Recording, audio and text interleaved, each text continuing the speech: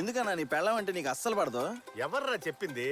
ప్రతి మగాడికి పెళ్ళం అంటే బీభత్సమైన ఇష్టంరా. అది పక్కోడు పెళ్ళం అయి ఉండాలి.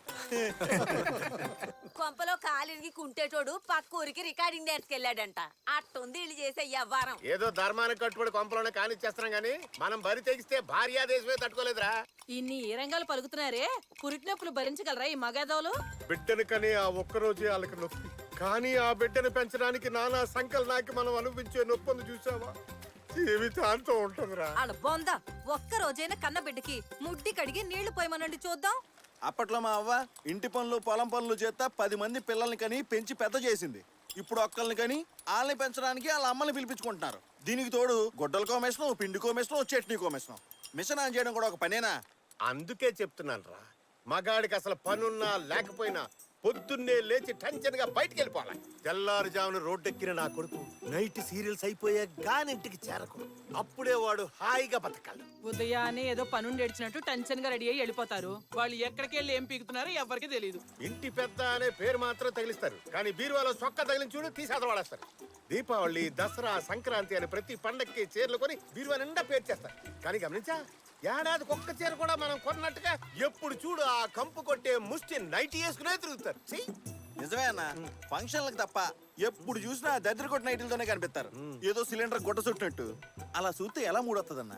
ఛే, రాత్రి ఇంటికి వెళ్ళేప్పటికి ఒక సిల్క్ సీర కట్టుకుని మూర మల్లెపూలు పెట్టుకుంటే అప్పుడు కదన్నా మూడొచ్చేది. మన తాతలు 15 మందిని కన్నారంటే ఎలా చెప్పు? చీరలే కదా కారణం. చీర కన్నా ప్రపంచంలో సెక్స్ అయిన డ్రెస్ లేదురా. కానీ కట్టుకొని చావరు కదా, కట్టి కనబడితేనే కదా సత్తా తెలిసేది. చీర కట్టుకుని సింగారించుకుంటే పెద్ద పొడిచేవాళ్ళగా ఫోజులు. ఒక్క పిల్లాన్ని గంటానికి నేను పడ్డ పాటలు నాకే తెలుసు. వీళ్ళ ఫేసులకి నైటీయే ఎక్కువ. మాటి మాటికి పెళ్ళాన్ని కోపంగా చూడాలి. వాళ్ళెంత కోపంగా చూస్తారో మనం అంతకన్నా కోపంగా చూడాలి. కారణమే లేకపోయినా సరే ప్రేమగా దగ్గర పిలిచి లాగొక్కడు పేకాలి. వాళ్ళొక్కటి పీకే లోపు మనం తిరిగి 2 పీకాలి. నే చెప్పేది ఏంటంటే, పెళ్ళాలనే వాళ్ళు మెత్తగా చెప్తే మారరు, మొత్తితేనే మారతారు. నేను చెప్పేది ఏంటంటే, మొగుళ్ళు సెంటిమెంట్ తో కొడితే మారరు, చెప్పుతో కొడితే మారతారు. పదండి పోదాం. ఈ కుర్రాడు మంచిడే గాని వాళ్ళ మావయ్య మళ్ళీ చెడిపోయాడు. అల్లుడు, ఒకసారి ఫోన్ ఇటీ. ఏం మాంసు? మీ ఆవిడతో ఒకసారి మాట్లాడాలా? ఇదిగో మాట్లాడి. ఏం ఆడమంట? అదే మధ్యాహ్నం చేసిన కోడి కూరను వేడి చేయమను. మల్లె పువ్వులు లాంటి ఇడ్లీలు 2 వాయిలు పొయ్యి మీద పెట్టమను. మనం ఇంటికి వెళ్లే లోపు ఇడ్లీలు వేడి వేడిగా తీసి పెడుతుంది. టైం కరెక్ట్ గా సరిపోతుంది. తీయట్లేదు మాంసు. ఇడ్లీ తీయట్లేదా? ఫోన్ తీయట్లేదు మాంసు. ఏయ్, ఆపు, బండి ఆపు. ఏంటి మాంసు, ఎందుకు ఆపమన్నావు? నీతో మొత్తుకున్నాను కదరా, పెళ్ళ ముందు పళ్ళు ఇకలొచ్చొద్దు, స్ట్రిక్ట్ గా ఉండు అని చెప్పానా? విన్నావా? స్ట్రిక్ట్ గానే ఉన్నాను మాంసు. స్ట్రిక్ట్ గా ఉంటే ఫోన్ ఎత్తాలిగా. నువ్వు మళ్ళీ ఫోన్ చేయి. మొగుడు ఫోన్ నుంచి ఫోన్ వస్తే ఫస్ట్ రింగ్ ఎత్తిందా అది మంచి పెళ్ళం. ఆ దొంగ మొహంతో ఎత్తలేదు కాబట్టి అది ఖచ్చితంగా పెంకి పెళ్ళం. తను అట్లాంటిదేం కాదు మాంసు. నేను చెప్పేది నగల సచివాలుడు. అర్జెంట్ గా ఇంటికి వెళ్ళి నీ పెళ్ళాన్ని కంట్రోల్లో తెచ్చుకో, లేదా నీ జీవితం మన చుట్టూ ఆ చట్టంగా సంకరాకిపోద్ది. ఇటీ రే రే అల్లు, నేను ఇంకా ఎక్కలేదు.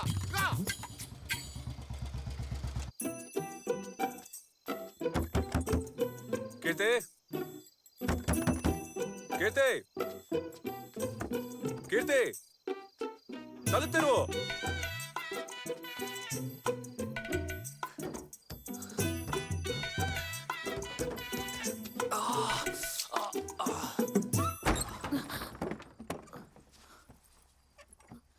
ఎందుకని వెనక వైపు నుంచి వచ్చారు? ముందు తలుపు నువ్వు తెరిచిపెట్టుంటే దొడ్డిదారుకుంటా నేనెందుకు వస్తాను చెప్పు? ఓ, లేట్ అయిపోయింది కదా, నిద్ర వచ్చేసింది. ఓహో. ఉండండి, నన్ను వడ్డిస్తాను.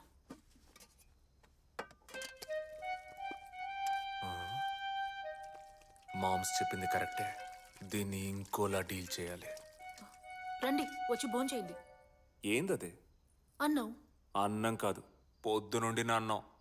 ఎవడైనా రాత్రి తాగొచ్చి మిగిలిపోయిన సర్దికుడు మెక్కుతాడా? తాగొచ్చారా? మొగుడు నైట్ లేటుగా వచ్చాడంటే తాగొచ్చాడనే అర్థం. అది ప్రశ్నించే హక్కు పెళ్ళానికి లేదు. ఓ, పెళ్ళం ప్రశ్నించకుండా ఇంకెవరు ప్రశ్నిస్తారట? పెళ్ళానికి సమాధానం చెప్పడమే మొగుడు పనా? రోజు మొత్తం ఆ పనే చేస్తుంటే మిగతా పనులు ఎవడు చేసేది? ఏం పనులుంటాయేంటి? సవాలచ్చుంటాయి. మొగుడంటే ఏంటో చెప్పనా? రోజు ఉదయాన్నే బయటికి వెళ్ళి రాత్రి ఇంటికి వచ్చే వరకు ఎంతమందిని కలవాలి, ఎంతమందితో మాట్లాడాలి, ఎంతమందితో గొడవ పడాలి, ప్రతిరోజు ఒక యుద్ధం లాంటిదే మొగుడికి. న్యాయంగా మాట్లాడాలంటే యుద్ధంలో గెలిచి ఇంటికి వచ్చిన మొగుడికి ప్రతి రాత్రి ఆడి భార్య చక్కగా హారతిచ్చి బొట్టెట్టాలి. ఎవరికి? ఊరంతా బలాదూర్ తిరిగొచ్చే పనిలేని మొగుళ్ళకా? ఏందే? తెలుసండి, మీ గురించి మీ గుంపు గురించి అంతా తెలుసు నాకు. అన్నీ అంటే? అన్నీ అంటే మొత్తం అన్నీ. ఎలా తెలిసింది? తెలుసుకున్నాలే. ఓ,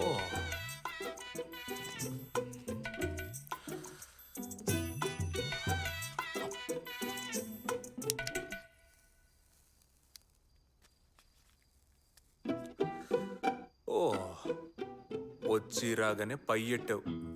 పయ్యా? అదే, మొగుడు ఎక్కడికి వెళ్తున్నాడు, ఏం చేస్తున్నాడని మనిషిని టిక్కాని పెట్టడం. పయ్యా? ఇలా చూడు, నా గురించి నువ్వు ఏమేం తెలుసుకున్నావో అదే నేను. అర్థం చేసుకుని బుద్ధిగా కాపురం చేసే పని చూడు. అది మానేసి మందలిస్తాను, మొగుడిని మారుతానని ఏదైనా చేసావో. ఏందా సూపు? చాలా మంది కారణమే లేకుండా పెళ్ళాన్ని కొడతారు, కానీ నేను కారణం ఉంటేనే పెళ్ళాన్ని కొట్టాలని ఒట్టెట్టుకున్నా. నా చెయ్యి చూసావుగా, రఫ్ఫాడించేస్తా.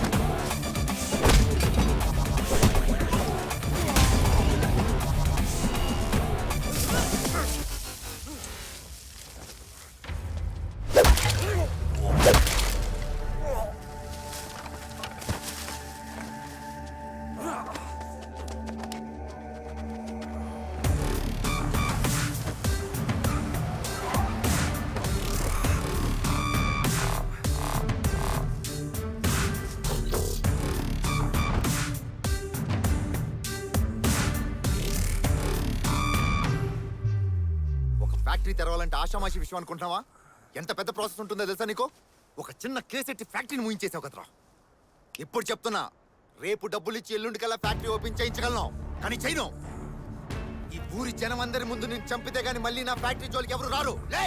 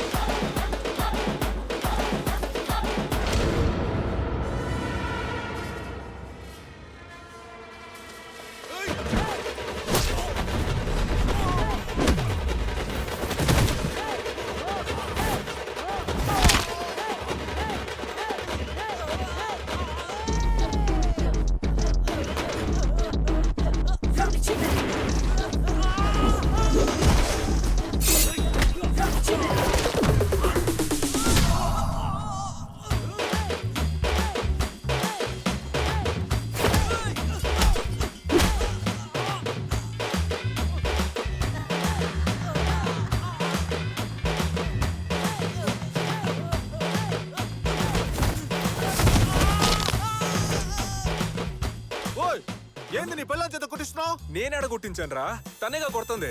రెండు ఒకటే కదా. అందరూ రౌడీలు వెంటేసుకుని రావడం చూసా. నువ్వు రౌడీనే పెళ్లి చేసుకున్నావా? పొర పుల్క.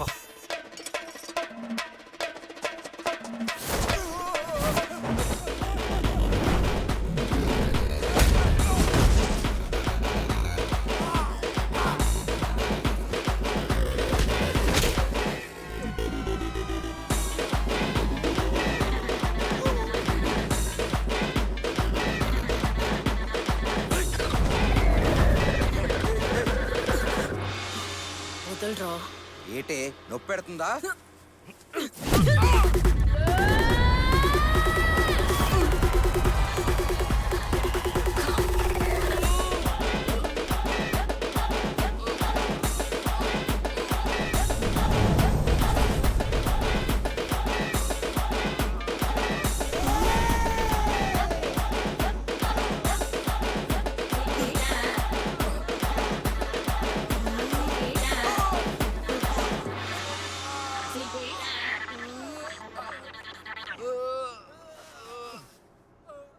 ఏయ్ ఏందయ్యా సోతున్నారు డప్పు కొట్టనే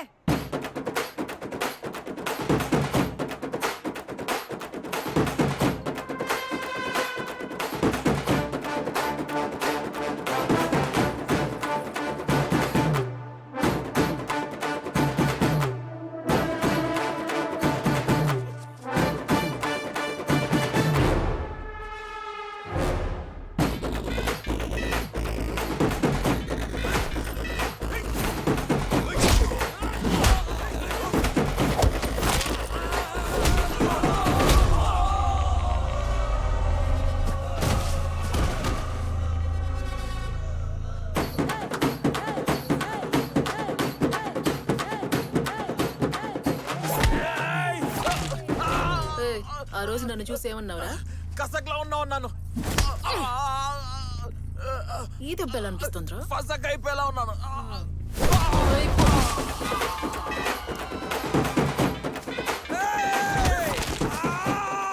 అంజురు మనవండి ఎత్తన మొర నొక్కేన్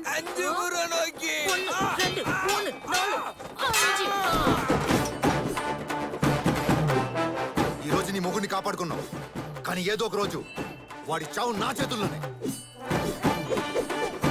రేయ్, నా మొగుడి మీద చెయ్యాలంటే నన్ను దాటాలి ముందు. చెయ్యండ్రా చూద్దాం.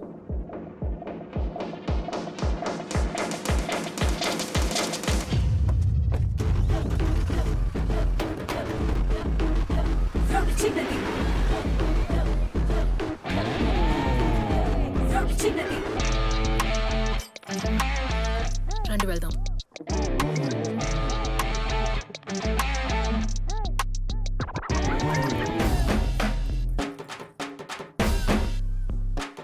ఎక్కండి.